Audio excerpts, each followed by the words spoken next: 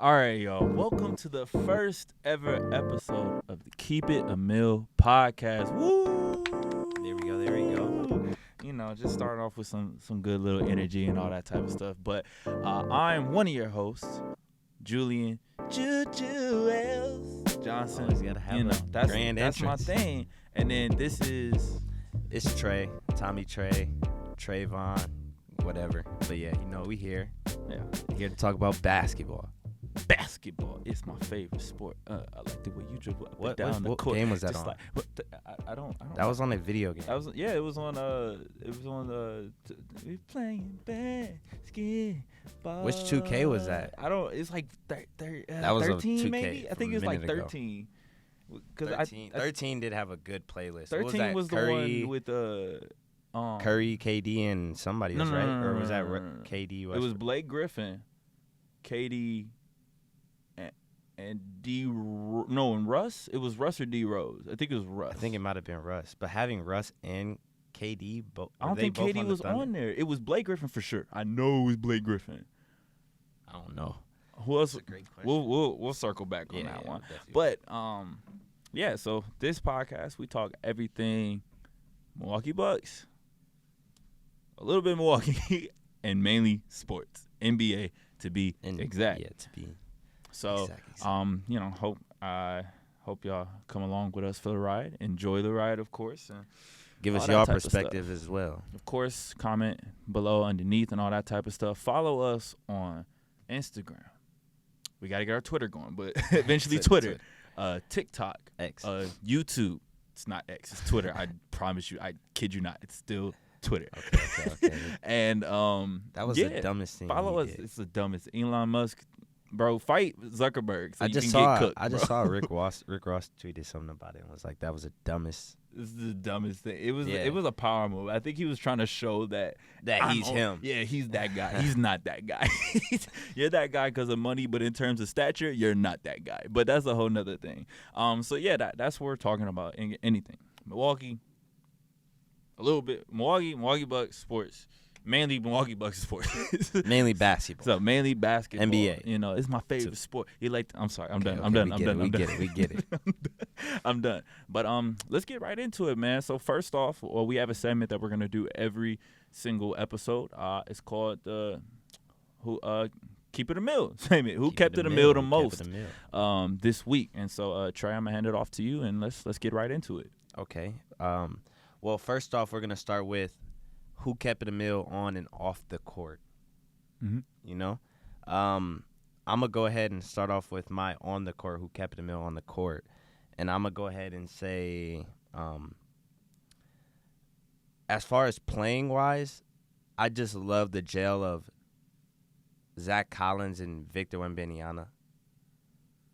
They play so well together, and they kind of gel together, especially how it's Wemby's rookie year, basically, and Zach Collins coming off an injury with Portland.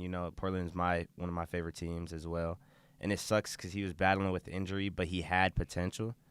But the way they gel is just it's good basketball. I like how It's really good basketball. Zach Collins has kind of been a bruiser for the Spurs, taking that initiative and wanting to hold the 5, while Wemby holds like last game against the Suns, he held Kevin Durant a lot of the time, and it just looks good, And that's my on the court who kept it a mill. A little short and simple, but off the court I got a couple little things as well. So who's kept it a real? Who kept it a mill for you on the court? On the court, also had Wemby. 38 points versus the Suns after beating the Suns in the previous game after having a terrible first. Well, not terrible, but a lackluster first half. Yeah. And then doing his thing in the second half. And then coming back from down like 20 points in order to beat the Suns. Then they almost blew a 20-point lead against the Suns on Thursday as well. But then Wemby 38 points. I mean, he's bro. He came up the court, pulled up to beat the buzzer at the end of the quarter. He's literally a taller KD with better defense because he has a bigger wingspan and he's flexible. And he's flexible on top of it. Did you see the clips? Oh, I seen the clips of the him way doing he the stretches. splits. He can do the Bro. 7'4" doing the splits is insane. Because he I can't knew even do it. he knew that in order for him to be great, he was going to have the flexibility because he shoots a lot. He dribbles, he does step backs and all that stuff. And if you're going to be that tall, you have to work on your mobility and your flexibility. Mm-hmm. And it's really just amazing. And he's already, I mean, it was against the Suns, who defense is not the greatest, but it's the fact that he scored 38 against KD and Devin Booker and looked like the best player on the court with that. But to add someone else who kept it a mill in my opinion, on the court as well. On the court as well, Okay. because just to add someone else, and I'm talking about him a little bit later with something else. Grant Williams. Okay. Do you know what he's averaging right now? I don't know, but I was watching the last game. He has to be averaging at least a cool 15, 14. 15 points, and guess how much percentage from three? Man, who'd they just played last night? Nuggets. That man was shooting lights out. They won, right? They lost. Okay, They lost. yeah. So Who did the Nuggets lose to then? The Timberwolves. It was a crazy. I don't know how. Hey, I got a lot of stuff to say about the Timberwolves. Grant Williams, Grant Williams is averaging 15 points on 55% shooting from the 3-point And I had line. people telling me, "Oh, Grant Williams doesn't deserve to get paid," and Grant Williams is a role player. He wasn't getting time. He's the Celtics. Yeah. Well, yeah, he wasn't. But he's good in his role. He'll play his role to the best he can. Like, he's one of the best at his roles. Kind of reminds me of P.J. Tucker in a way. Could play a small ball 5. He's a little more quicker on his feet, a little clumsy when it, but still. But I like because he's a bruiser. He got that PJ. dog in him. Yeah, he got that dog. You know, like he's one of those guys who.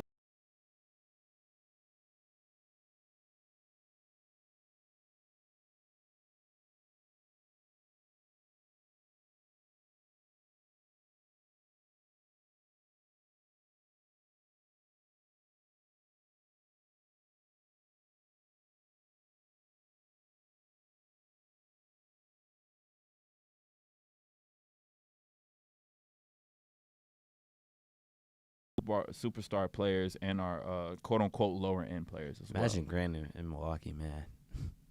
Yeah. But off court. Off court. So this kind of falls into the on court as well. I have 2 of them. Okay. I'm gonna have this one, the first one, kind of gel into it. It wasn't the main one, but I'm gonna have it gel into it since it was my on court. But kind of what I don't know if you heard what Shaq said about Wemby. Oh yeah. And Bol. You think he kept it a mill about I that? think he kept it real. I think, people are overthinking what he's saying. I feel like they're not saying they're the same player or Bol is better, is the same thing as Wemby. I think he's just saying when Bol came in the league and, like, you look at a lot of his highlights and stuff like that, not just, like, his whole gameplay, but his highlights, it's kind of a little similar to Wemby. Wemby is a lot more confident, and he's been doing it for a while. Bol been playing for a while. He had 3 seasons in the NBA. He but still can't do nothing. But his confidence level isn't like Victor's. No. First of all, hold up. For context, right? Shaq basically said on NBA on TNT that people keep acting like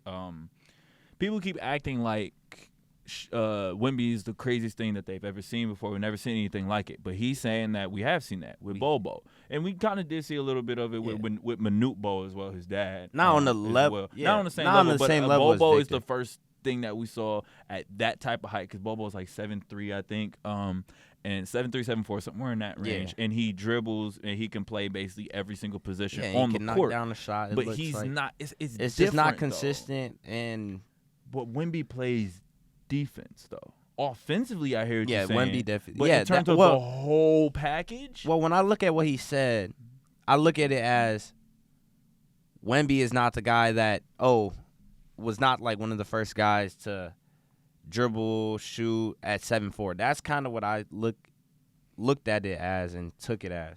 I didn't take it as a comparison, but I took it as like how Bol showed glimpses of him being able to push the ball down the floor at 7'4" and handle the ball. It's kind of similar to Wemby a little bit. I hear you on that, but Wemby is on a whole nother level, though. Yeah. Let me get that clear. Wemby is on a whole nother level. I think but we've that seen part that needs to be said more because then people took it and ran with it as well because a lot of people don't watch basketball. To the extent, I think they were going crazy on social. Kenny Beecham was talking about this. He was saying like a lot of NBA Twitter thinks like, oh, Bobo had the right opportunity and things of that nature, and the truth is he has had the opportunity. He literally just does not. Fourth year? This is his fourth season, if I'm not mistaken. This is his third team. He was on the Nuggets because he drafted them. Then he got traded to the Magic. Nuggets. Then now he's on the Suns. See, look, Nuggets. No, don't do that because remember they were looking for people to play with, and they still weren't playing him. So I don't want to hear none of that. Because he kind of fell into what Jokic did a little bit, and they didn't need that. No, because then if you are a Swiss Army knife, right? If you are a Swiss Army knife, you should be able to be a plug-and-play kind of guy. Yes, yeah. Jalen Williams, for example, right? He Drew can play Holiday. anywhere from the point guard to the center. He's not the tallest in the world, but he has the skills I don't look to at do him every as single thing. I don't look at him as Swiss Army knife though. Jalen Williams? No, not Jalen Williams. Jalen Williams has been playing really Bobo good. can shoot, can he not? Yeah, then he offensively, he can play defensively, he's not. He just doesn't. It feels like I don't know. Exactly, and that's why. That's why I say like, okay, similar, but there's nothing like Wemby. So, I've never seen anything like Wemby in my life. But I don't think he went out and said they're the same player.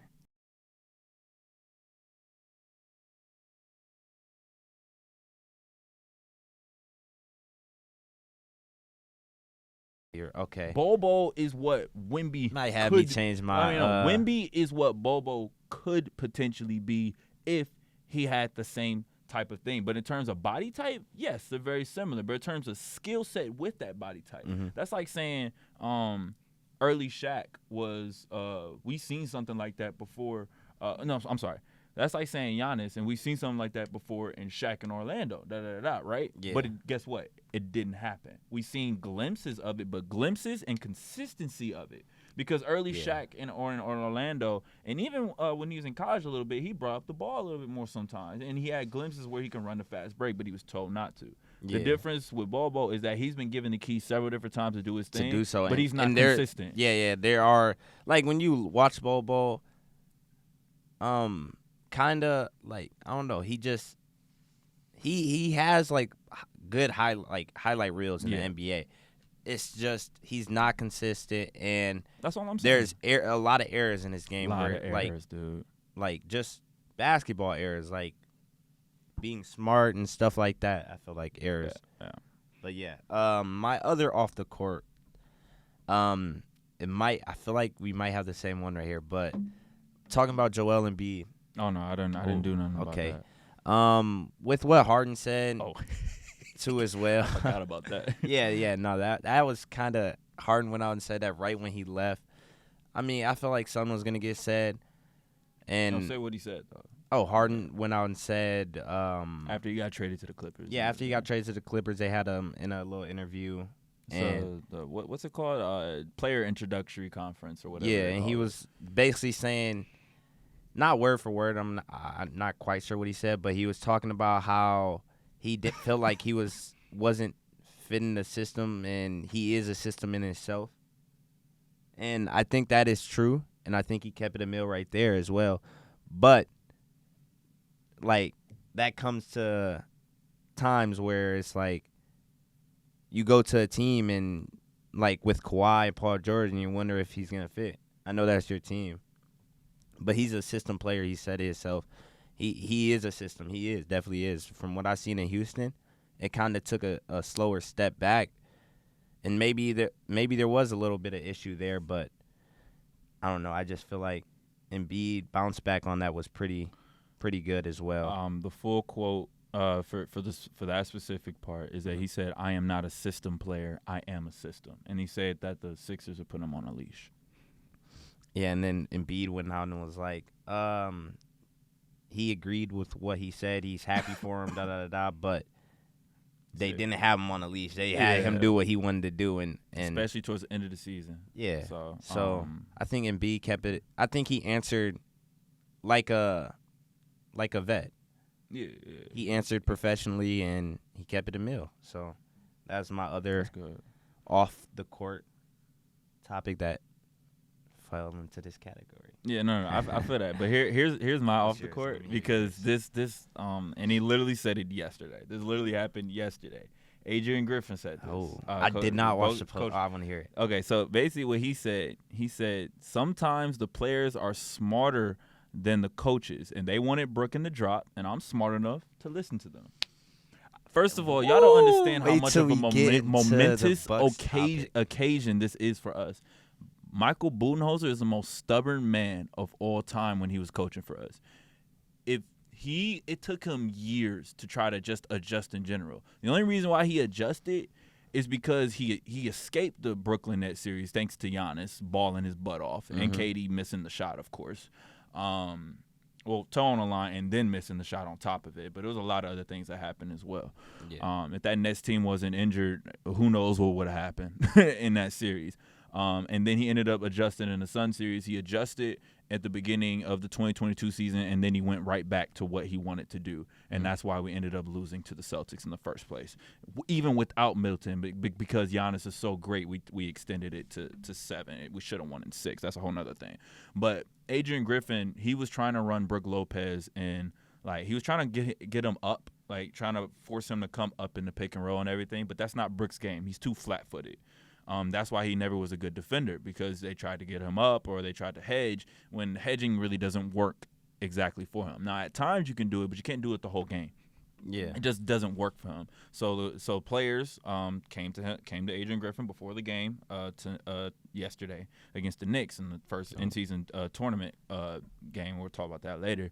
And they basically said we want him in drop. And guess what? Brook responded, and he got 8 blocks that game. And it takes a lot for a coach to admit that. Like he says, sometimes the players are smarter than the coaches. Normally, coaches are not going to say that, and that's really good coming from a first-year coach who's also trying to prove himself. And that's why I think he kept it a mill the most in terms of off the court things going on. I like it, especially for it being the Bucks. Oh no! It was phenomenal, and we played better. Oh yes, that was my main argument, and just talking about the Bucks in general. That was like kind of like the main issue I had was Brook, because he has to. Griffin is well, we'll talk about it later, but big games though.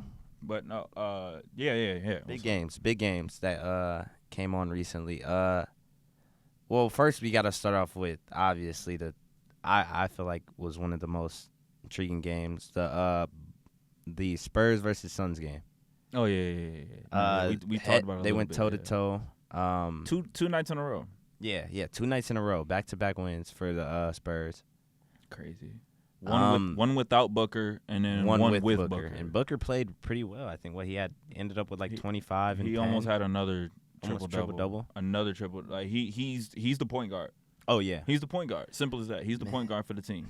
It just sucks that Bill isn't playing. He's dealing with back injury. Back injury, still? Yeah. I know you have him on your fantasy as well, and so I'm about to lose again because Giannis and Dame keep trying to flip flop and get points and stuff, and it's not exactly helping me right now. Because wasn't the best draft because it's like they do good and then they do bad, and then they do good and then they do bad. So because of that swing right there, I'm missing a clean like 40 points total between the two that I'd easily be winning, but it's fine. Later in the season, it won't matter because they'll both be balling out, so I'm not tripping. Definitely. But that Spurs game, Victor, that second game and the first game, Victor showed glimpses of big moments. Like he doesn't fold in the big moment. I feel like, yes, he does need to work on his like turnover. I mean, he's 7'4". I think he's leading the league in turnovers. Might be second or top 5 and that's turnovers. Actually you should be able to see right there. But yeah, Wemby is a beast overall. He definitely has a few problems in terms of he's just a little lanky sometimes, so ball can get away from him. But like he's got a tight handle overall. Like he really, man, Wemby is good, dude. I mean, we were just talking about earlier. Like he came up the court, pull up 3. He came off a screen, hit him with a jab, went forward and went back real quick, hit a 3 over Drew Eubank. I mean, the man is crazy. He's making big moments. That's like the big thing. Yes, he's making big key moments. And you don't see that from rookie players a lot. And It's clutch, I feel like dude. that's getting taken under the radar from him. Yes, he had 38 points, but it's what he did in that second half that helped, it helped the Spurs win. And Vassell was out that game, the second game, right? He got out in the middle of it. Yeah. You know, Wemby's actually top 5 in most clutch points.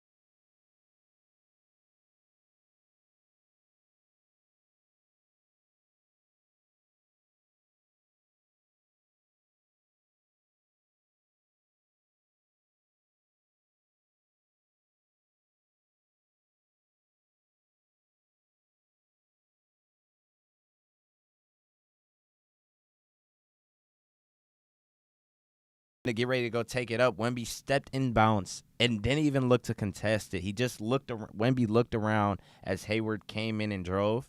Hayward jumped in air and was like, screw this, and literally looked for the next person. Wemby wasn't even looking to contest it. I wish I could find the clip and stuff. We'll probably put it maybe in here or something. But I didn't. I missed that play. I didn't see that. Yeah. I saw it. It come over on Instagram. Yeah, just his presence alone. Intimidator Hall of Fame. Hall of Fame intimidator. Yes.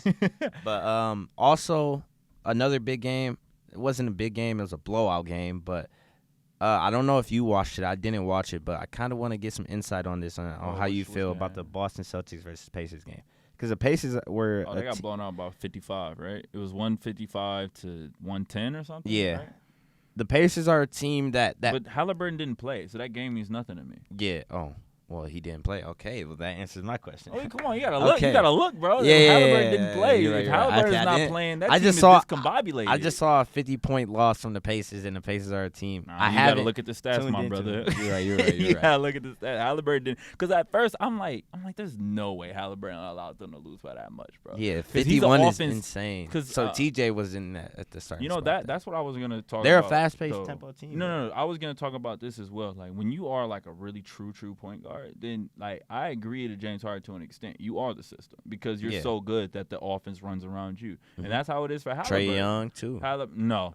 Trae Young is I feel like Trae Young. No, I'm sick of him. Offensively, yeah. I'm sick of him though. I'm sick of him. He has been. But that's what I'm getting to. I'm getting to the fact of like you can be the system, but you still can adjust that sometimes to do different things. Move off the ball at times and just make it easier for them. Like Chris Paul, right? He's a system technically. He's that guy. But he still can adjust to do different things to help let the offense be better overall. You see what I'm saying? Yeah. So like, and Halliburton, I mean, like right now, it's not gonna matter as much because they're still a little bit on the younger side. But I've seen Halliburton spot up from three. Like I've seen him move around. Doesn't and look keep the best. He definitely does need to work on that jump shot. But I mean, his jump shot it'd be money. It's money. So like, I don't like Steve Kerr was the one who said don't fix that jump shot.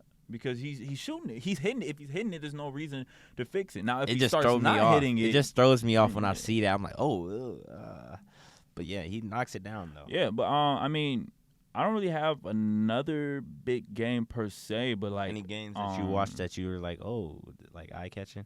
I mean, that's Warriors versus OKC game where it almost got called a goaltend on Draymond Green. What do you think about that? I mean, not a goaltend, offensive interference by Draymond Green, but ended up being a goaltend.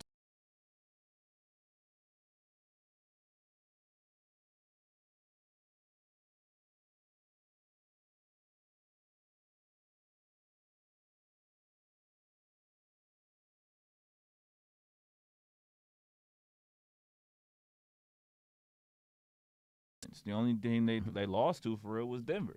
And it seems like Denver just had to put a statement out there like, yo, we still the best team. And they've done proved that so far this for sure.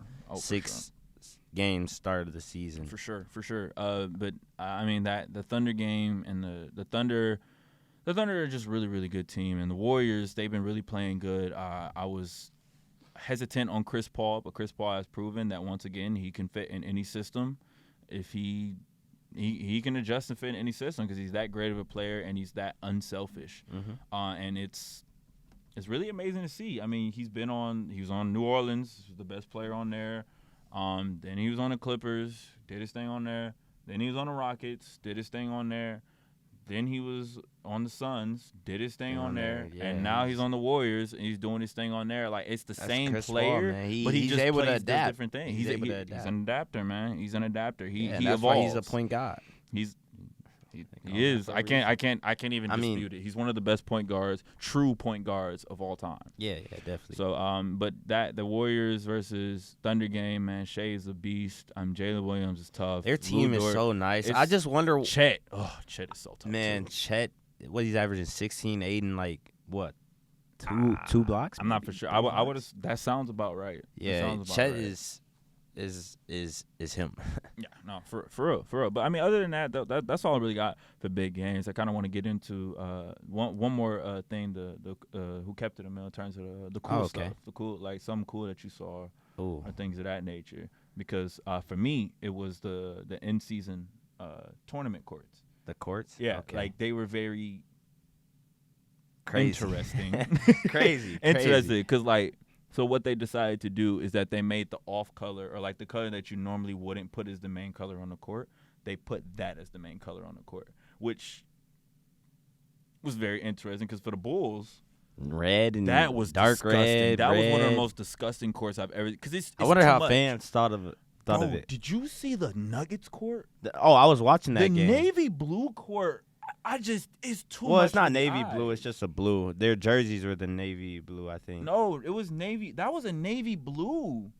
That color was a thick navy blue it was color. That was the main color, and then the yellow stripe in the middle had the in-season tournament cup on the at the Do you know half like court what and then both the free throw lines. Do you know what like the court had like a little bit of a meaning? I'm not quite sure, but I heard it had a little bit of a meaning. What do you mean? Like the court, like their court, like the yellow stripe was like meant for something there, like some sort of road or something. I'm not quite sure. I'm not for sure on Denver. No, the things, courts are crazy though. The courts are definitely something that should only be for the in-season tournament because that red court was insane and that blue court was insane. Like I didn't watch the Bulls game. But I think the Portland's court was just like that as well, and they played as well, and they had a great.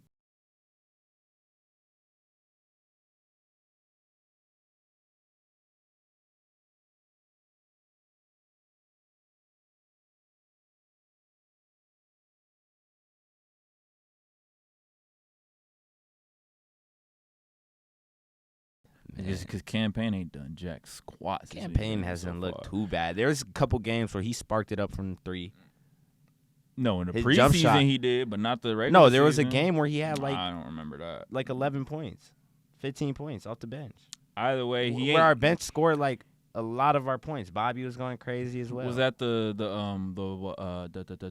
Heat game? The Heat game. It was probably the Heat game. Yeah, everybody was turning up against the Heat. We'll see. Oh, gee. Okay, so Brogdon had 24 points, 10 Brogdon assists, 7 rebounds. And they're going to get a lot for Brogdon if they end up trading him. Jeremy Grant had 26 points, 8 rebounds, 3 assists, and DeAndre Ayton 16 and 12, and he probably had 3 steals. Yeah, he and did. 1 block. He played decent. It's just Brogdon had 3 steals as well. Wow. I think Aiden needs to be more consistent offensively. Shaden Sharp, like he'll 22. rebound the ball, and no defensively. Aiden, he anchored. Not really. When I saw, like, we didn't have that much pressure on the ball Portland didn't have that much pressure on the ball for them to be such a young team. Mm-hmm. I feel like the pressure should definitely be there a little bit more, but then again, they have 3 3-4 vets in the lineup with Yeah. Matisse. Shaden Sharp is the man. That's what. Yeah. He 22 closed points. out the game. I don't know if you watched the end of the game. I saw the highlights. I saw the highlights. But the end of the game, though, he sometimes he kind of takes it in and he kind of just forces it up because he's athletic and strong. But he was shooting jump shots. yeah, he was knocking it down, making clutch plays. He had like the game-winning block. Was that from I don't know if it was from OT or was from the fourth quarter, but OT he hit the. Oh, you talking about the block? That block on that shooter in the corner. No, that was in fourth quarter. No, yeah, that was fourth quarter. He blocked it. He made the 2 free throws. Who did he block? It wasn't Bane. It was someone else. I think it was Zaire. Bane has been hooping. Zaire has been hooping too. Bane is a Their bucket. offense just looks bad. It's just Bane, and then Zaire cuts to the basket every once in a while, and they get a dunk. And same for Tillman. Bro, Tillman had a nice look. Desmond Bane had 33 points, 7 assists, 8 rebounds, 3 and 9 from 3, 13 to 26 from the field. I mean, he's balling, dude. I mean, Jaren Jackson Jr. also had 30 points, 10 rebounds. Jaren Jackson was hooping. How many fouls? He only had 1 foul. Wow. And 3 blocks and 2 steals as well. That's a good game. Good for you, Jaren. That was a great game. Look at you. If you could have done that in the World Cup, then now we might have won. No, for real, man. We might have won, but hey, that's a whole nother thing. He's only But I think that's about it for the Keeping It Mill segment. Yeah, we're about 32 minutes in. Well, 30 minutes in. You know, we had a little banter in between.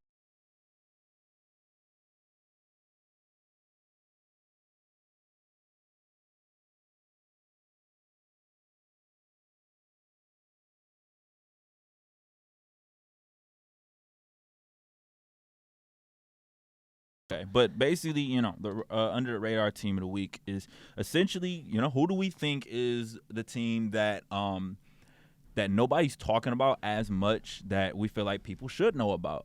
As people who watch basketball, we're more than casuals at this point. We're actual like real fans, hardcore type fans at this point. We're still learning, of course, but we wanted to give you guys, the audience, to know about some of these teams that we feel like y'all should know more about. So, with that being said, Trey, who is – well, actually, you have three. I'm going to have you start it up. Yeah, who is your number one? 3. I'm going to just say mine then. So, mine, for me, I have the Detroit Pistons. Ooh, so, Detroit. Now, Detroit, they are – I think they're 2-4. I'm surprised I didn't write this down. They are 2-4. Yes, they're 2-4 on the season. But here is what I like about them. First of all, here's some stats, right? Cade is averaging 20. Cade Cunningham, who's coming back from injury this year, is averaging 22.7 points and 7.5 assists. So he's close to averaging a double-double. Asar Thompson is playing great defense. He's averaging almost 2 blocks and almost 1 steal. Jalen Duren averaging 15 points and 12 rebounds and almost 2 blocks. I mean, Jalen Duren. Yes.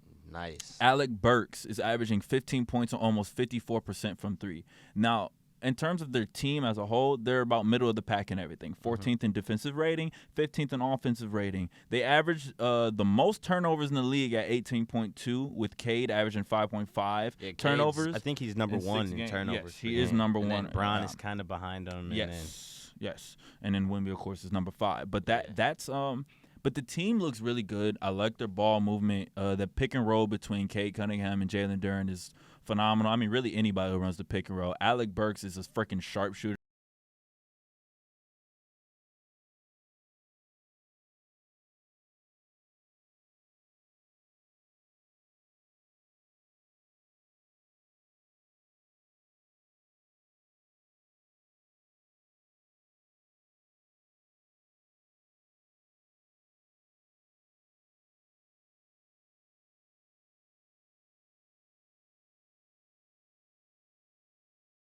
On my league rebuilds in 2018. Yeah, Alec Burks is not 20 no more. Alec Burks has been on the Pistons for a while now. Yeah, he's been on there for like 3 years. He's on the Jazz too at one point. Remember? Yeah, he's on the Jazz. What was the last? He was on the team before the Pistons. He was on a pretty good.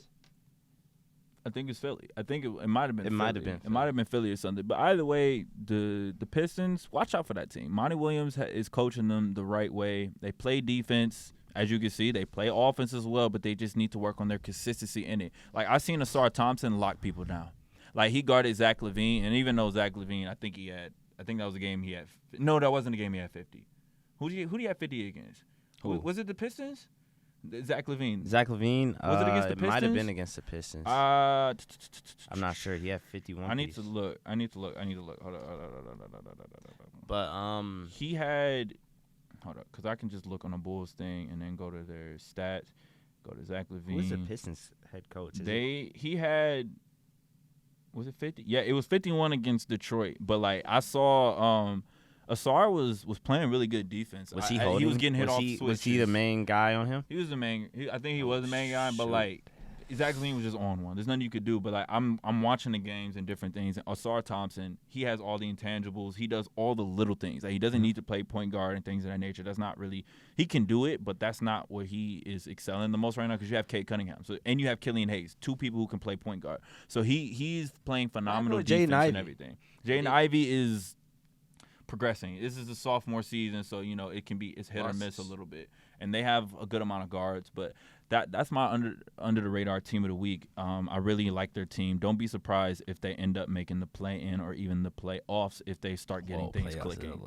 I said if they start getting things clicking. They're still young, as you can see. Turnovers has been a big issue for them, and I feel like this year is kind of that year for them. Yeah.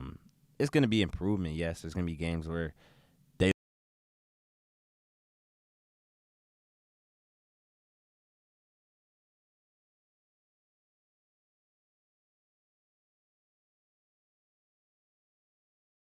spot, I can see that's a big jump, right, a 6 seed. But let's go into my team. My team is Philadelphia 76ers. After everything's been going on with James Harden and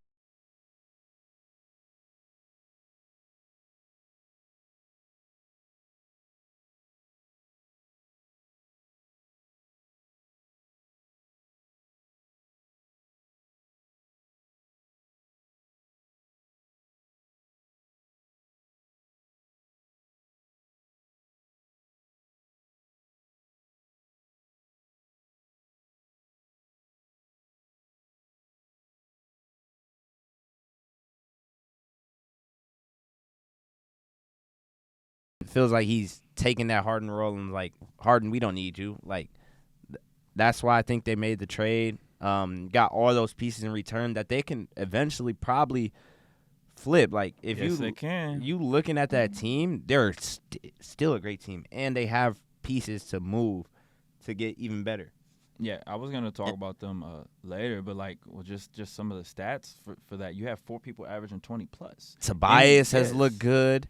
Mm-hmm. Embiid's averaging 30 and 11. Maxi's averaging 27, 5 and 5. Tobias is averaging 20 and 5. Kelly Oubre is averaging 20 and 4. Kelly Oubre is not gonna stay. I don't think he's gonna. I'm just saying, but that's what it is right now. But yes, they look good. Right, do you see him going to get somebody at the deadline? It depends. And if so, what does that look like? It depends. If I'm them, I'd want OG. I'd want OG Anunoby, or I might want somebody like DeRozan or something. But I think this is the last year of DeRozan's contract, so I'm not for sure. Or I might get somebody like Zach LaVine. Like, it depends. It depends on what I'm looking for. If I'm them, I'm looking for a 3-and-D type of guy, or maybe a bucket that's not going to take the ball out of Tyrese Maxey's hands. You're right. So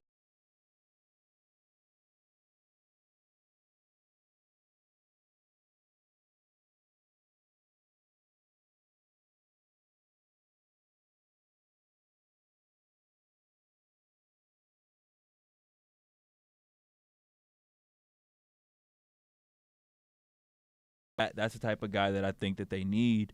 You know what? A shooter. Who they have? They need a shooter. Melton, who's been playing decent. They have Tyrese Maxey. Like, one of the things that I love about him is the fact that Tobias he's fast. Has been efficient though. But I'm saying, I like Tyrese Maxey because he's fast, and because of the fact that he's fast, people are afraid to step up on him. But the crazy thing is that if you don't step up on him, he gonna hit that 3. He's hitting the 3 at a crazy clip right now, man. Like, He's good, dude. Tyrese Maxey he's good. And their man. defense has been one of the best defenses, surprisingly too. They are top 10. Top 10 defensively. Top 10 in offense and defensive. And rating. obviously, this is still the beginning of the season, so teams are still figuring it out and stuff like that. But they look good with all the drama and everything. That's kind of why I have them up there and as an underrated team. That's fair. I have a runner-up, and this team isn't getting talked about a lot. I know a lot of people were saying blow it up, but the Timberwolves. Under the radar for you? What's the record? They don't have a positive record. Well, you just like what they're.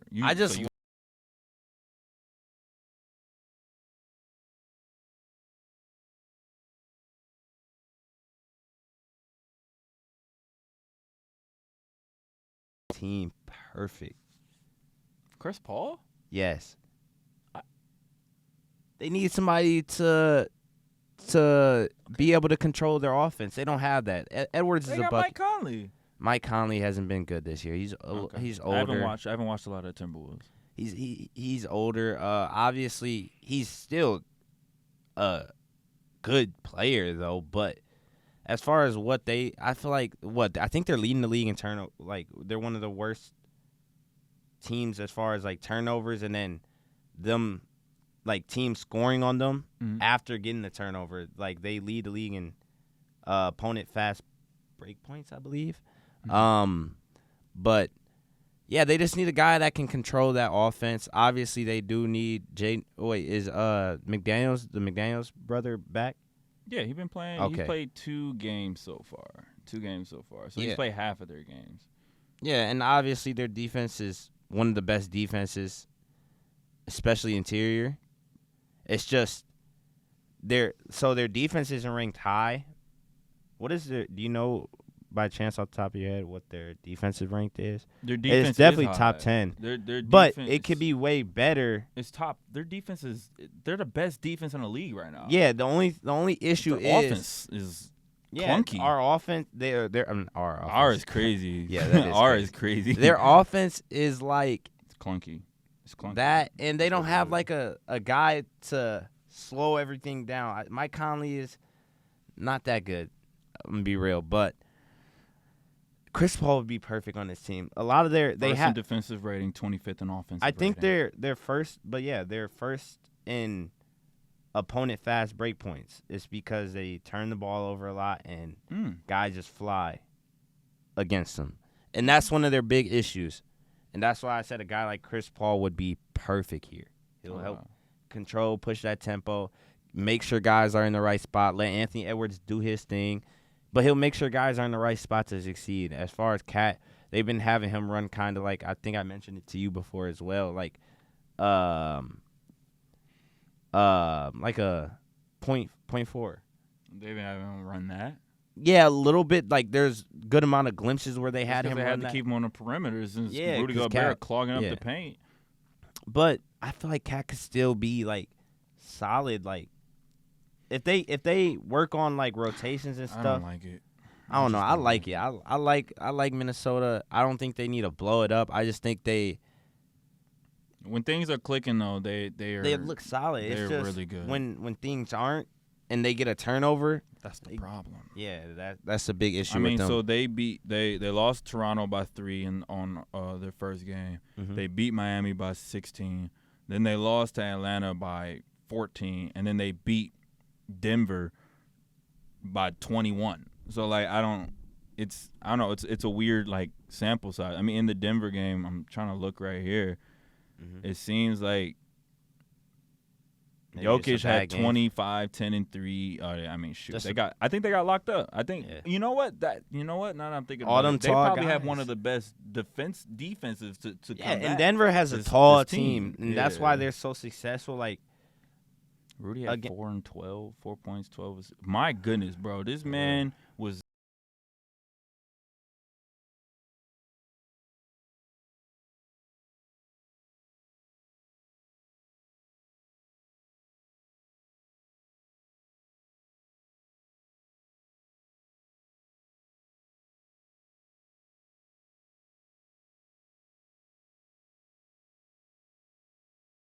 radar runner-ups. And I had the Mavs as well, but the Mavs are obviously looking really good. Yeah, I wouldn't say that's under the radar. I ain't gonna lie, I had the Mavs as my under the radar team, but I decided to take them out because I'm like, I don't feel like that's as much under the radar, so I moved them to something else. Yeah. But yeah, so that's our under the radar part of it, and now here's a special part of it. So as y'all know, as you can tell, our name is Keep It a Mill. The inspiration behind that, it's something that like I've been holding in the archives for a while, and so like Trey wanted to start a podcast, and I've been wanting to start another podcast. I have another podcast called The Versatility Podcast, name pending as well. That's also gonna change eventually. Ooh. Yeah, a little sneak peek or whatever. But the mill part of it is MIL because I'm from Milwaukee. Trey is also from Milwaukee as well, and Milwaukee is a really big part of my who I am as a person overall, and I feel like it deserves more recognition. It needs more recognition, and we're really growing a lot as a city. So I wanted to bring awareness to it while being able to talk sports amidst other things in general. So in light of that, I want.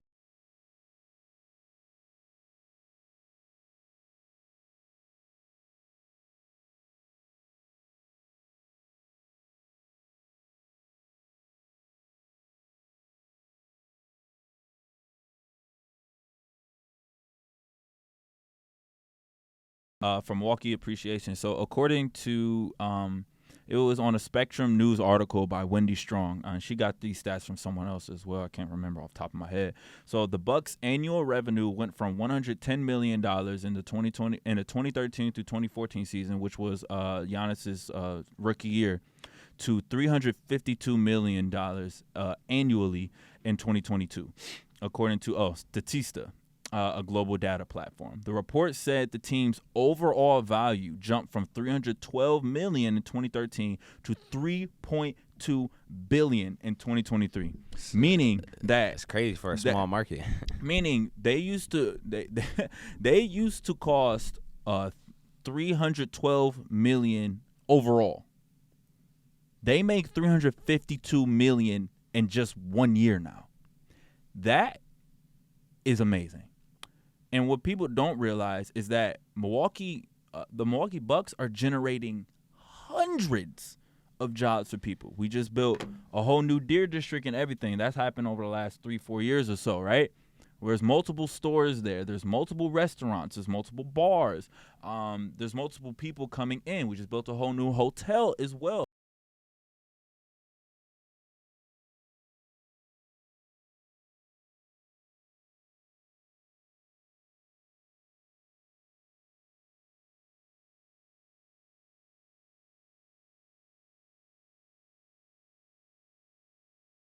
Think that for a lot of people who don't know Milwaukee, they think of it as something that's cheese and white people and farms and all that stuff, and that's not true. But people who know Milwaukee also don't think about the bad as well. Think about we want to have one of the worst crime rates and things of that nature. Mm-hmm. But in all actuality, we have a little bit of both. Now, we don't have a lot of farms and things of that nature, like in Milwaukee specifically. We have some overall, but not really. But it's really somewhere in between where it's a nice family city. Choose the right spots to be in and things of that nature. Nice suburbs as well. Nice growing. City area. 2 rivers that are intertwined in the city as a whole. It's a lot of really under the radar things that are here. We're an underrated city. We're like a little big city. We're like right in between. Mid city kind of. Mm-hmm. Oh, I don't like to say we're mid, but you know what I mean. Yeah. But the Bucks 2021 championship playoff run generated nearly $60 million in revenue. So that's really my appreciation because, Milwaukee's on the come up and, we're more than just our sports as well, though. Yeah, I'm going to kind of bounce off that a little bit. Yeah, for us being considered a small market as far as in the NBA and stuff like that, it feels like we're a big market in a way. Just because of what the Bucks done, like as far as this team and being able to bring a lot of people together, like when we won that championship, man, I never experienced anything like that. I was there too. Yeah, that was the most craziest experience. Like I would relive that 1,000 times, but I hope that's the case this year. Yeah, exactly. But also, like, I feel like Oh, sorry. Dang, my bad. brother. Slip. Like, yo. I feel like the Bucks, in a way, kind of are helping that, too, because they're generating so much money and we're adding so much more stuff to the city as well, where, like, celebrities, artists, and, like, Flavor Flav was just all on social media the other day for doing the national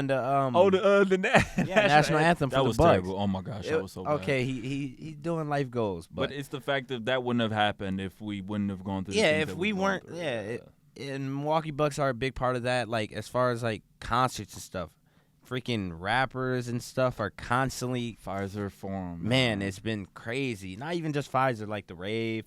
Other big name places like we were so close to not having a new stadium, but they made that decision. Remember what our slogan was? Own the future. Yeah, we're really owning the future right now. Yeah, sorry, continue. It's been crazy though. Like the amount of events and stuff that's been here, and I've been able to kind of see and witness a little bit of.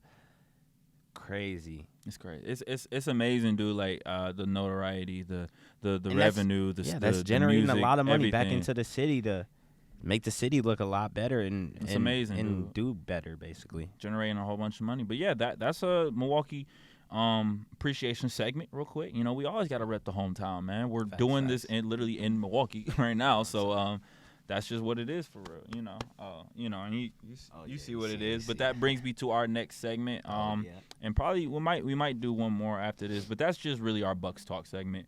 So right now, just to overview, right now the Bucks are 3-2 on the season. Dame went off in this recent game, scoring 30 points with 10 points coming in clutch time, which clutch time is under 5 minutes. Is under 5 minutes in the fourth quarter with less.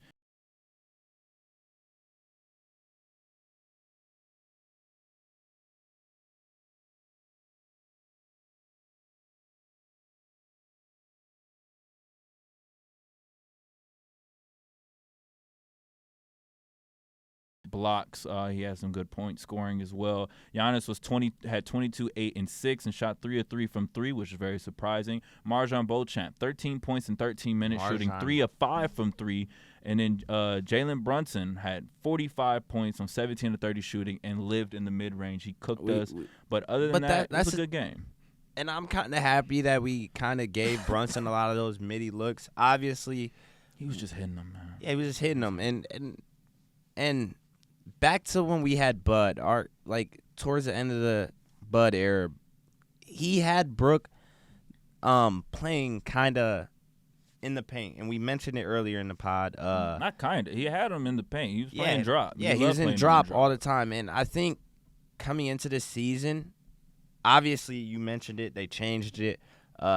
Players talked to Griff before the Knicks game, and he was having us be a ball pressure team, and we don't have the personnel to do that. Like, we're jumping the gun, we're on pick and rolls, we're kind of like almost doubling in a way, having random double teams here and there as well, and we don't have the personnel like height wise, length wise, speed wise, and stuff like that.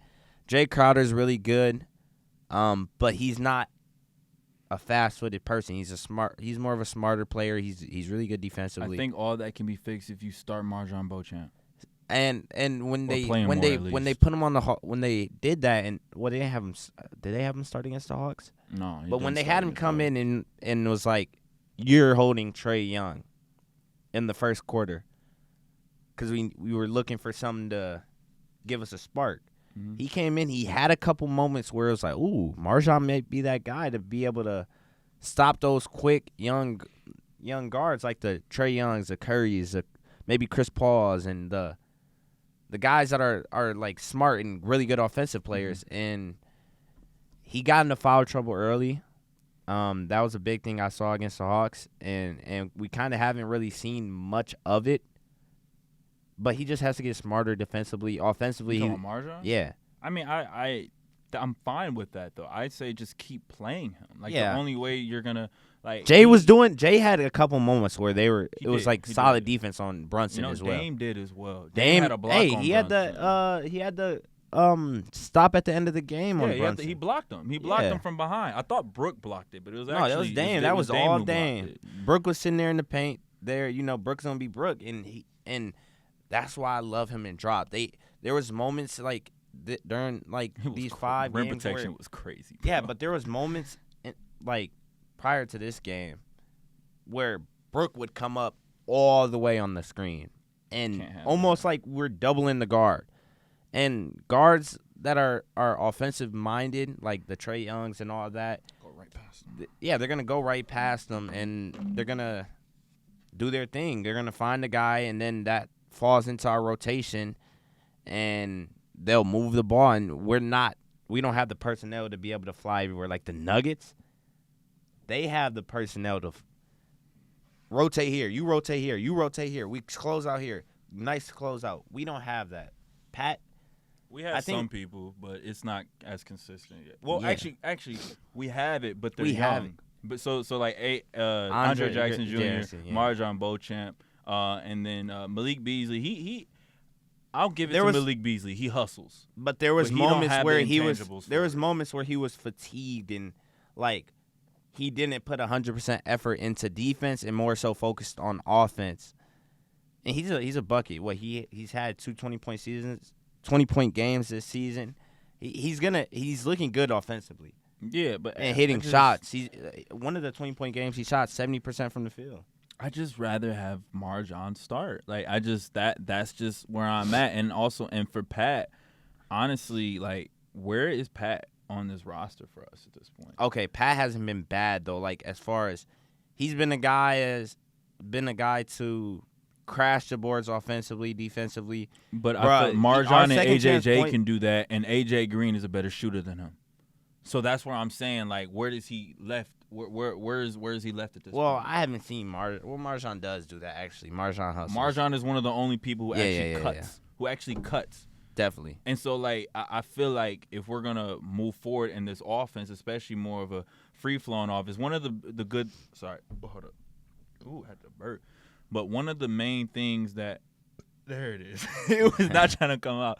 One of the things that I saw that we did in the first 4 games that we did do in the 5th game of the season against the Knicks is that we were running a lot of motion offense in terms of handoffs and all that type of stuff.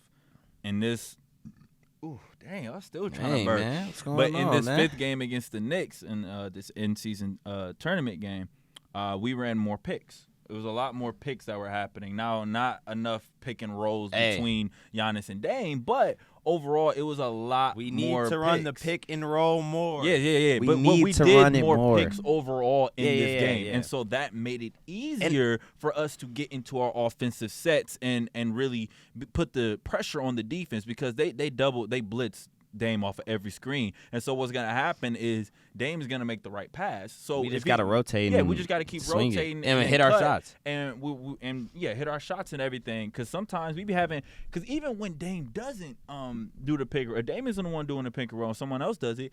I'm seeing sometimes Brook be wide open in the paint or something. Mm-hmm. Like we have a really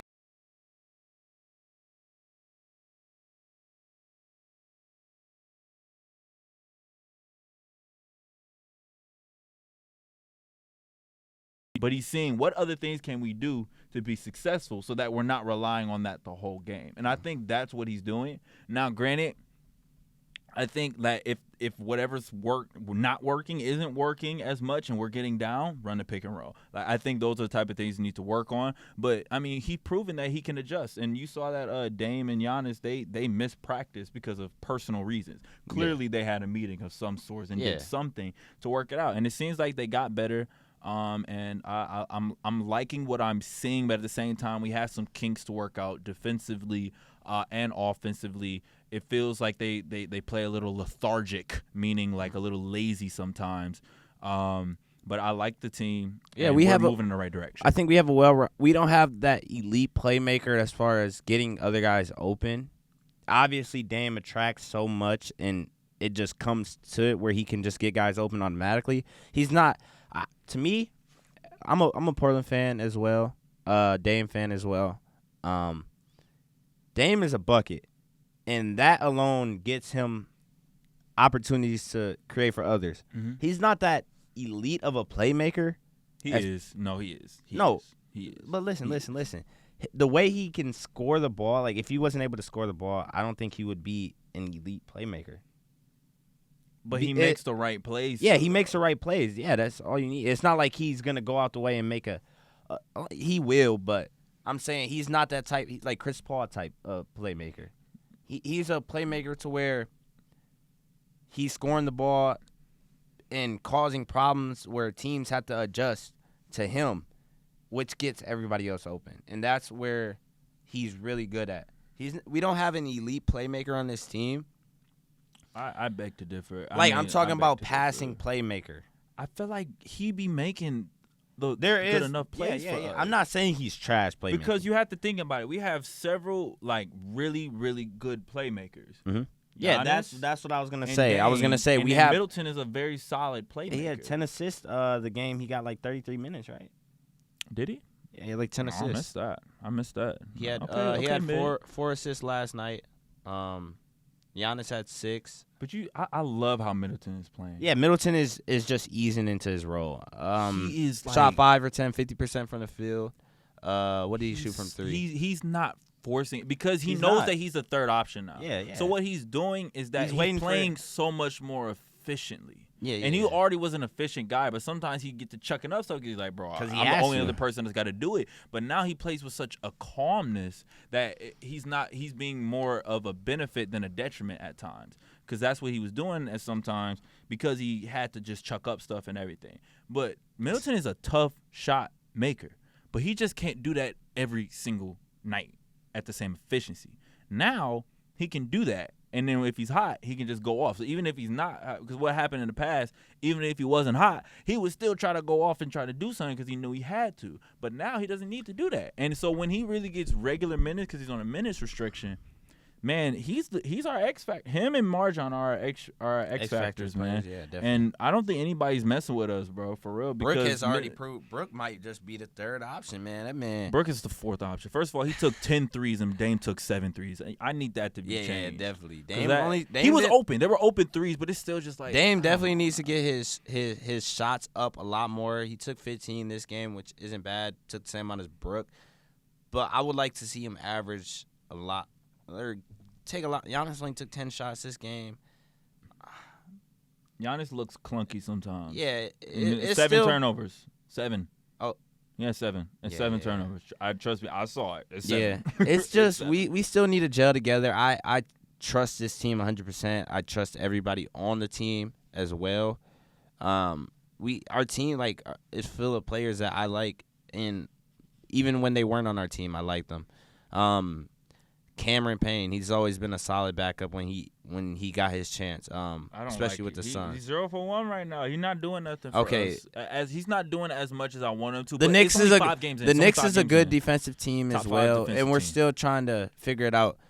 But I still need to see a lot more of games where more meaningful. This game is meaningful. Obviously, it's an in-season tournament game. Knicks are a top 5 team in the East, so it's a good win. Their offense is 30. Clunky. It's clunky. Their offense is 30. No, it's not 30, but it's not 30, but it's definitely not the greatest offense. When you talk about Julius Randle, he had a 5 and 20 game. Shot 5 for 20, shooting 28% from the field. Putting up tour date numbers. I'm talking about he's shooting 28% from the field, right? I know he is. Might be lower after that game. Trust me, I looked up his stats. We gonna talk about him later. And I wanted to say, look, we held the Knicks to 105 points. That's good.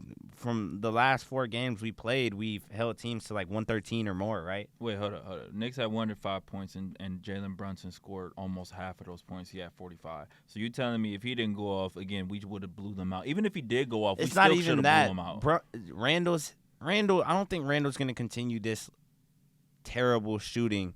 I'm just talking about for us specifically in this game, we should have blown them out. Yeah, we definitely should have. But we're still figuring out. We're still figuring out stuff. We're still gelling. I don't think we should have blown them out. They're still a competitive team. They're gonna try. I don't care. I feel like we should have blown them out. It felt like, and we let them back in the game at the end because we were up by 10, 12, 13 points or so. Marjan looks really good. That's one big thing I have to say about the That's Bucks. 13.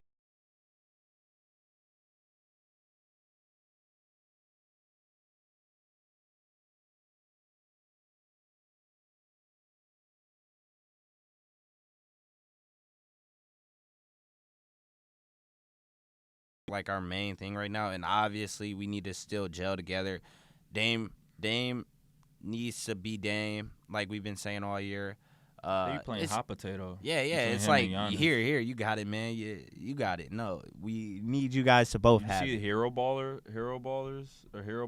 the Bleacher Report little series that they doing. No, I That's didn't. anime style. Oh, So like is it like the so Bleacher Report kind of thing? yeah, it's like Game of Thrones, but it's Game of like Thrones. anime style this time. It's called Hero Balls. I gotta think. check that out. But and so basically one of the things that they did, they were like, oh, let's go, it's Damian Giannis, and they're like, oh, you want to go? No, you go. No, you go. No, you go. And that's so accurate because that's exactly what they're doing right now.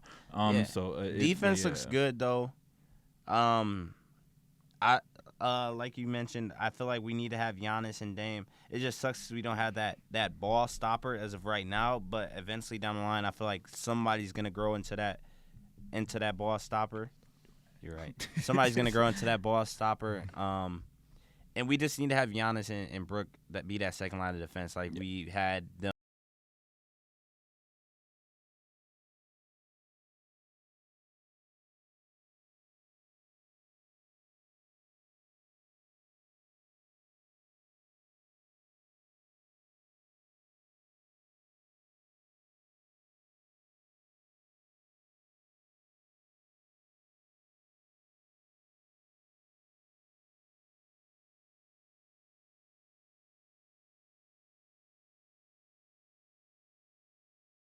Big man this year is their reaction time defensively. So one more thing before we move on and get to our last thing that we're gonna do. I just want to say these quick little stats about where the Bucks are ranking right now. So we are top 10 offense, right? Yeah. So we're 30th in defensive rating right now. We were 27th before this game. 30th in defensive rating. 28th in rebounding. We just be standing there. We box out. I noticed that. We do box out, but nobody runs to get it. Yeah. And that's a problem. But at the very least, we box out. So Bobby I'm will go get appreciative it. of that. Bobby will go get it. We're 27th in assists right now. And we are 22nd in turnovers at the moment. Meaning like we're basically 8th in turnovers. We have the 8th most turnovers. And then we're also this is something that really amazed me. 30th in field goal attempts. Meaning we haven't taken because any we have shots. a lot of turnovers and because we're trying to figure out stuff sometimes, we're not even getting enough shot attempts up. And so that was very interesting to me. And also because we're giving up rebounds.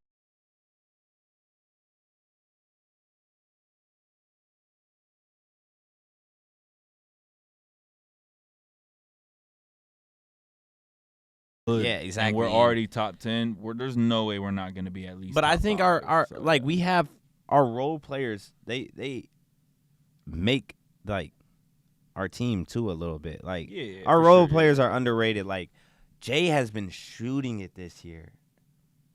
Yeah, you know Well, Jay's been shooting. Yeah, maybe it's because I haven't seen it. I don't know if He hasn't does that, but one game he's on maybe it's like. But he shoots it though. He's playing. Yes. He's playing good. Pat shoots it as well. No, the I'm outcome not of a it fan doesn't of be the Pat, best. bro. The outcome of it doesn't be the best, but I'm not feeling it. But that's it for that, bro. Yeah, I think don't that's wanna, it for I don't the want to stay Bucks. on. I don't want to stay on them forever. And we Yeah, got to finish this out. We're about at a minute. I said minute. Hour 7 right now. So let's get into this last thing, and then we'll finish it off. So right now, next, this is our last segment of the day. So we're doing most surprising and most disappointing team/player that we have right now. So we'll take turns. So you can start off with surprising, then I'll do a disappointing. We'll probably do about 2 each. 2, 3, 1 player. like 1, 30 seconds, kind of quick little summary.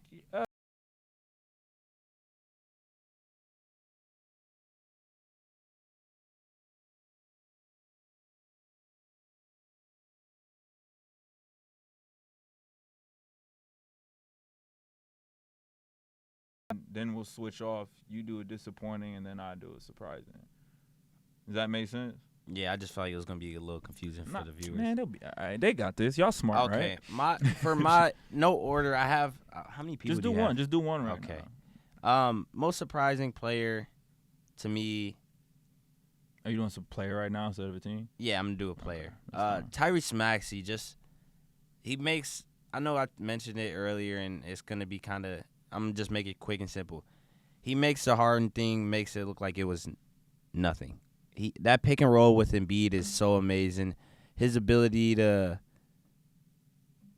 start off and excel that fast and just take it in and be a threat all around offensively. He tries on defense as well. He's young. But that pick and roll is a big thing. And they look like they're gelling really good. And, yeah, Tyrese Maxey's, averaging almost 30 points per game? 20. And he's averaging 5 and 5 at a 50% clip from 3. Efficiently, and he's averaging, 8 assists, I believe? No, said 27, 5 and 5. Oh, 27, 5, 5. Okay. Hey, listen to me, man. I'll be trying to help you. You're right. Yeah, but Tyrese Maxey is looking like he could be a All-Star this year. Yeah, no, he's also averaging only 1 turnover. Yes, big thing, turnover. Only 1 turnover. That's really good, man. 0 turnovers against us when we played them, and he had 30-something, 33. I think yeah, it was 33. with 0 turnovers, and he had like 8 assists. Yeah, that game he might have had 8 assists and 0 turnovers. He had 0 turnovers. That's your first. That's my. Right, so for me, because I thought about it a little bit later. Julius Randle, man, is okay. Let me not say that. He's playing like garbage. He has the potential, but sometimes he just be doing too much sometimes. He's averaging 14 points, 10 rebounds, and 5 assists on 27% field goals, and about 23% from 3. That's just horrendous. The thing is, though, he's averaging a double-double still, so he's still contributing to an extent. But, I mean, when you play aggressive as he does, you're going to get 10 rebounds.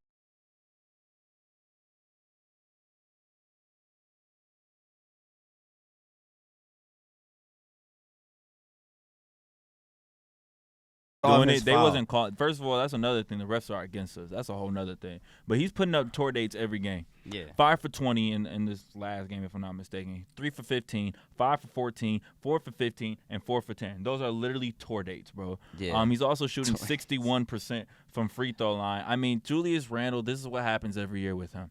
He has one good year, then he has a bad year. Then he has a good year, like last year. Now he might be having another bad year, and that's not good. I mean, the Knicks have a solid team, but if they're gonna get over the hump, they need to be that second guy. They need a consistent second guy because Jalen Brunson clearly is the guy. But even if they let's say they trade Julius Randle for somebody who's better than Jalen Brunson, right? Jalen Brunson still can be the 2 guy because he's still running the offense regardless. As long as you get a big to pair up with him, and because they got the role players. They got the role players.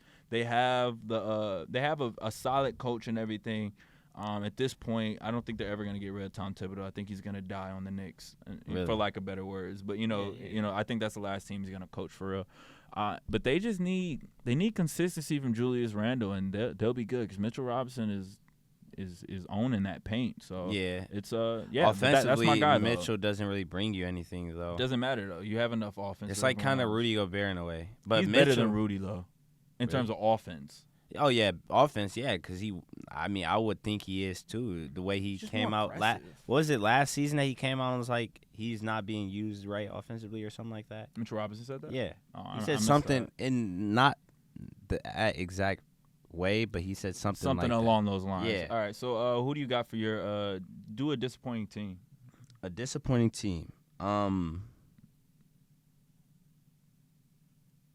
gonna go with the Grizzlies just because of the slow start. Offensively, they don't look good at all. I think they're one of the worst offensive teams in the league. They're 30th in offensive rating. Yeah, a lot of it is just Bane, go to work.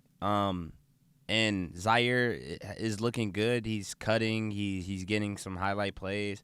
Marcus Smart dishing it out to him. It looks kind of solid. Jaren Jackson hasn't been bad, but he hasn't been good as well. But they're 0-5. We would expect the Grizzlies to at least start off a little better than this. without Ja, especially from what we've seen from that Grizzlies team when they didn't have him as well. So that's kind of like one of my most disappointing teams because I know it's early in the season still. They're 0-5 and they're without Ja still. Yeah. And Adams as well. Adams is also out. D Rose is out for a few weeks as well.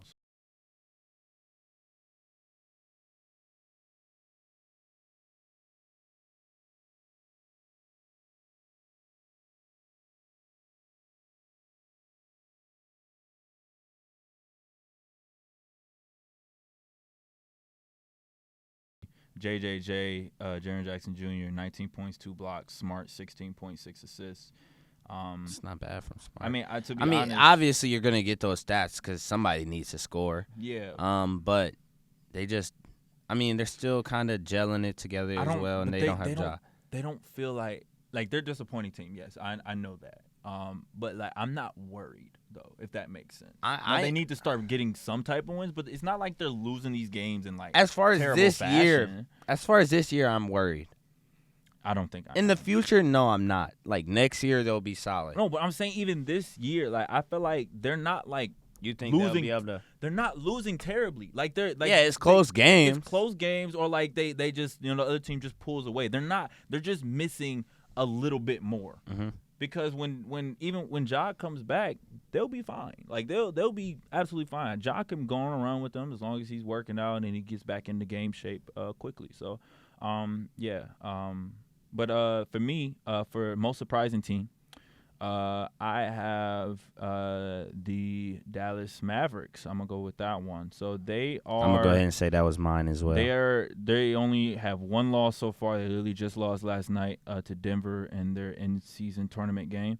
They have played 2 games without Kyrie, and they still won. Luka is that guy. They are second in offensive rating, which we knew they were going to be. Top offense, and they're one of the worst defense. Yeah, they're first in 3-point makes right now. So that's actually really big. I didn't know that. Tim Hardaway, Grant Williams, you should have known that. They've been hooping. Luka has one of his top 5 in clutches and clutch points this year as well. Yeah, their offense is going to be there this season as well. Tim Hardaway Jr. It's the biggest surprise for me, one of the biggest surprise. He is averaging 20 points on 43% from 3. Grant Williams, like I said earlier, 15 points on 55% from 3. Derek Lively is their main X factor. Is really their X factor for me. If he can really be a rookie that understands how to play the center role and just does his job, man, they're gonna look really good. Because one of the biggest things yesterday was they were actually getting stops on the Nuggets. They were getting stops, but they can't rebound. They can't rebound. There's nobody to rebound, and sometimes they would actually, instead of the Bucks, like they don't have the personnel to exactly box out and rebound. But they don't. Sometimes they don't box out. Sometimes they miss a man, or let's say they put up the ball right, and then you accidentally like get put back a little bit because of the fact that it was your momentum was going this way. So then the bigger guy, he just gets right back up and puts it right back up. Like it's because they just don't have the personnel to withstand it. I mean, Grant Williams, he's solid, but he's not a vertical threat. No, not at all. That's why Derek Lively is the X factor. Yeah. That's why they're really banking on Derek Lively. Obviously, is Kleber's out still. Maybe he might help with that. Kleber's a guy that's physical. He might help with that and just seal guys out to help Luka, because Luka's a good rebounder. Kyrie is a good rebounder. Yeah. They just need Kyrie, guys. I love his hustle. Yeah. They just need guys to box out so other guys can go crash the boards, and they need those other guys to go crash the boards because we know they can do that, and we've seen them do that. I agree. One of the things that I took away the most is the fact that they're always going to be in close games because their offense is that good. Like they almost came back against the Nuggets last night. Yeah, and even though they were down, they kept being down. They never really got it past 9 points after like the third quarter. And they're averaging 120 a game. They are averaging.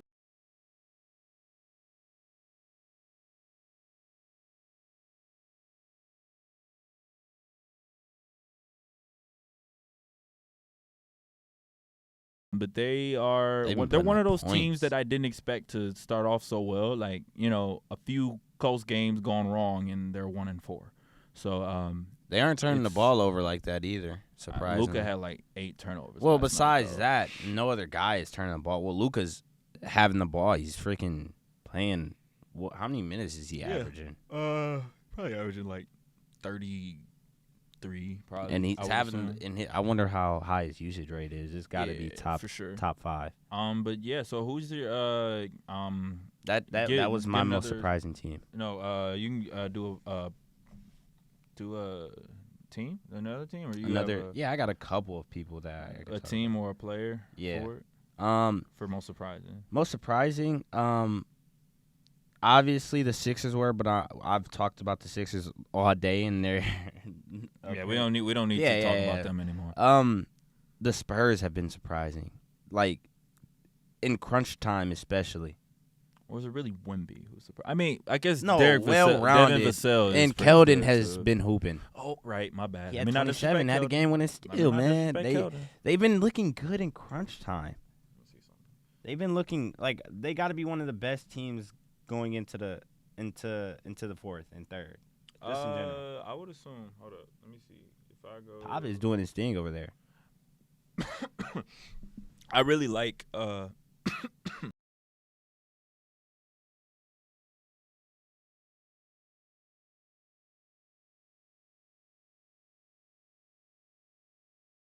Defensive rating, 3rd in assists. I mean, that's because you got to get the ball to Wemby, so I guess that makes sense. That's a crazy stat. What, Tre Jones is averaging the most points off the bench or most assists off the bench?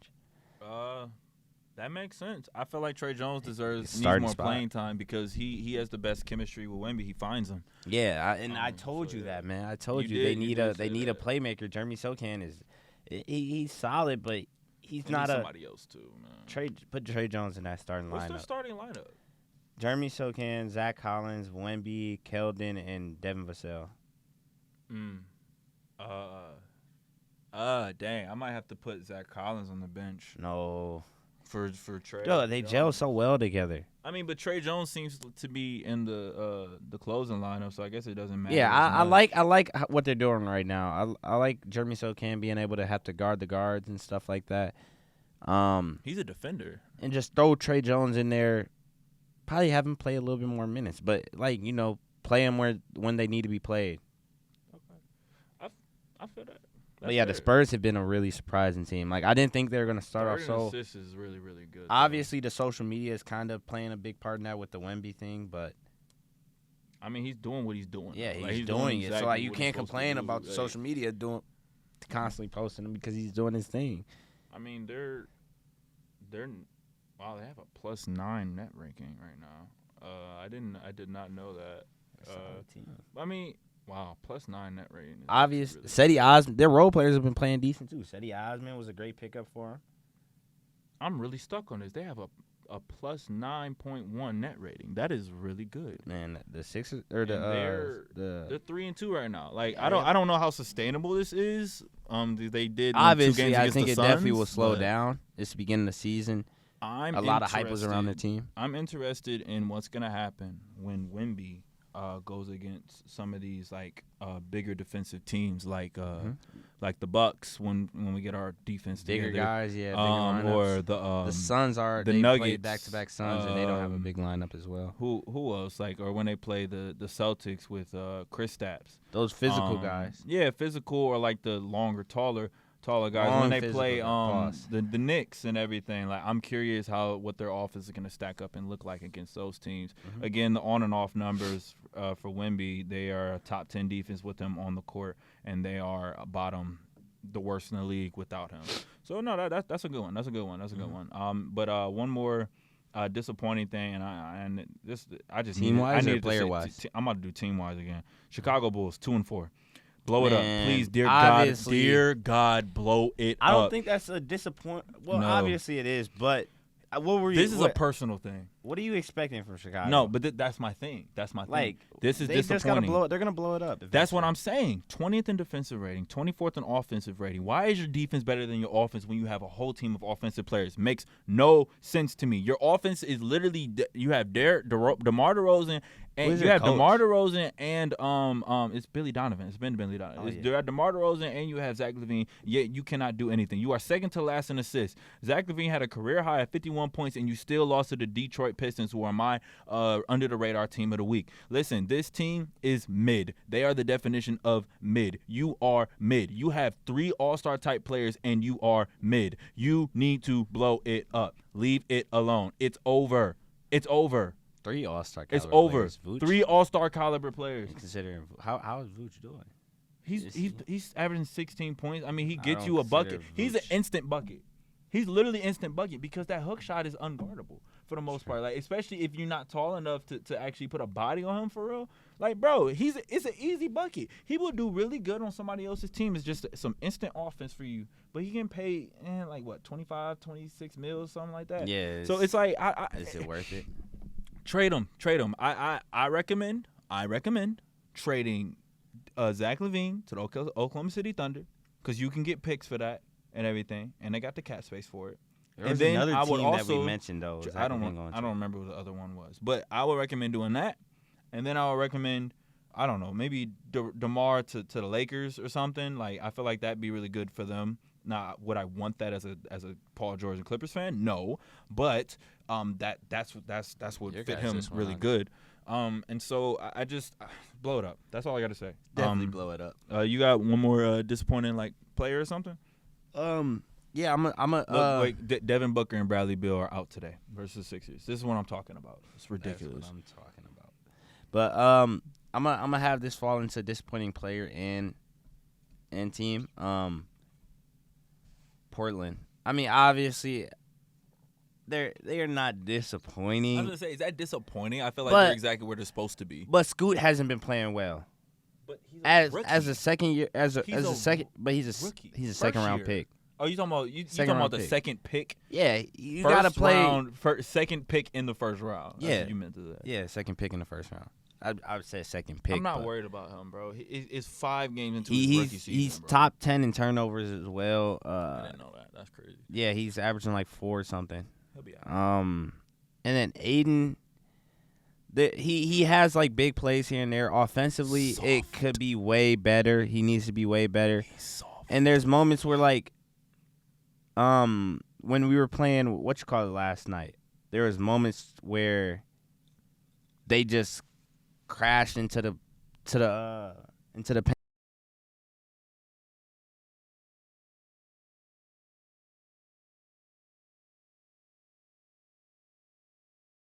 Getting a foul or getting a quick bucket. Are you talking about the defense? I mean, the Yeah. opposing team does Yeah. that, so their defense sucks. That's Yes. what you're saying. Yeah, well, they're young still. Robert Williams as well. I mean, we have good vertical lob threats and stuff like that, but defensively we haven't looked too hot. It hasn't been the worst, obviously. And yeah, my big thing is just Scoot hasn't been looking so good, and I don't think he played yesterday. He didn't play yesterday, and they no, he won. didn't. But I mean, like you were saying before, Shaden Sharp had a good game. Shaden Sharp is on my most surprising list feel too. He's a like runner-up. Brogdon might need to do a little bit more playmaking until Scoot can get his stuff together. Brogdon But had at the same 24 time, and 11. But at the same time, like 27 and 11 or I something like want Scoot to have the ball in his hands so he can get more and more use. that. Yeah, to I want Scoot to get doing used to it. Yeah. So it's and like you just need a good balance between the two I think we until you trade him. yeah, eventually we will trade Brogdon and let Scoot be that guy. But yeah, that guy. But I just got a few quick little shout outs for support for surprising players. I got Jalen Johnson averaging 13 points and 8 rebounds. Wisconsinite. That's a Wisconsinite. Jalen Johnson He been is from hooping. Madison, Wisconsin, if I'm not mistaken. And he's been balling out. I mean, he had a really good game against the Bucks. But his first game against, I think it was Toronto or the Bulls, one or the other, something like that. He balled his butt off, man. He's a bucket. I think he's the perfect player to put next to Tre and DeJounte. He doesn't need the ball a lot. He's a kind of an instant offense type of guy. He's only averaging 13 points, but like you have to remember, like he was on the bench last year. I think this year he starts. Yeah, he's playing got really that good. starting role. I think game 2. Yeah, and then also Paul Against George, us. man. Paul George again. I am a Paul George fan. The Avid Clippers Paul look George good. fan. The Clippers look really good. I wonder Paul how George- James Harden's gonna fit now. Oh yeah, They had PJ Tucker in right away. I'm dead. But Paul George averaging 29, 5, and 4, 56% from the field, 51% from 3. Yeah, 51% from three, man. So those are like my quick little surprising. Man, that game where Kawhi took that game winner, I think the ball should have been in Paul George's hand. You talking about and And then Paul Russ George's been had playing that, better. What you call it, and Kawhi was pissed. There's nothing he could have.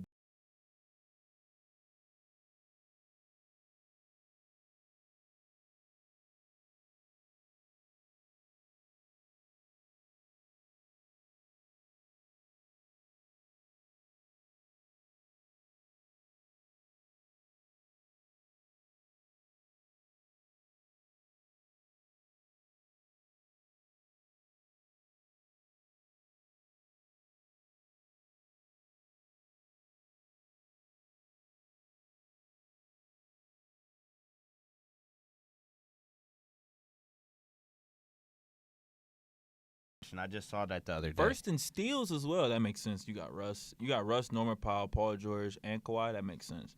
Harden's actually really good at steals as well. He's not a really good defender, but he's actually a pretty good stealer. The third in points.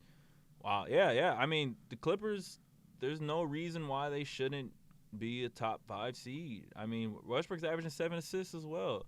That might go down since you about to get Harden. But, I mean, as long as Harden and or Russ can get the ball to Paul George or Kawhi and the rest of their players, I mean, it really don't matter for real. So, but yeah, that's about all I have for disappointing and surprising. Is there anybody else you want to shout out before we get on out of here? I mean, Cam Thomas and Chet, they both been playing really well as well. Oh yeah. That was my other guy. Cam Thomas is averaging like 30 almost, 28. 26 points on 48% shooting. Efficient too. Yeah. Man, Cam Thomas is a bucket. Yeah, there's not really much to say. I mean, I feel like everybody kind of, like an actual NBA fan, kind of anticipated that from Cam. Not people that are average NBA fans. They probably didn't. No, they just been keep saying no. Because remember, everybody been saying, bro, somebody get this man some time. Yeah. Every time he comes in the game, he gets kills. buckets. He gets buckets. And Chet, people aren't realizing that Chet hasn't played an NBA game yet until this season. Yeah, and this is his first season. He's still looking really good.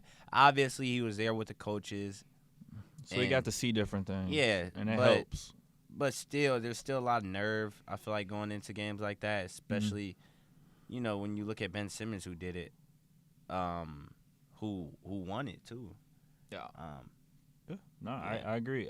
This is the only thing, and this kind of goes into my problem with the Nets, is that their clutch time offense is so bad sometimes. Oh, they're so bad. Like, well, they don't have. They have bucket getters. They have the bucket getters, but they don't have like the smart players. Offense. No, they have Ben Simmons. That's a smart player, but sometimes he defers too much. Like he'll just drive and kick, and I'm like, Ben Simmons, you can do a lot more than that.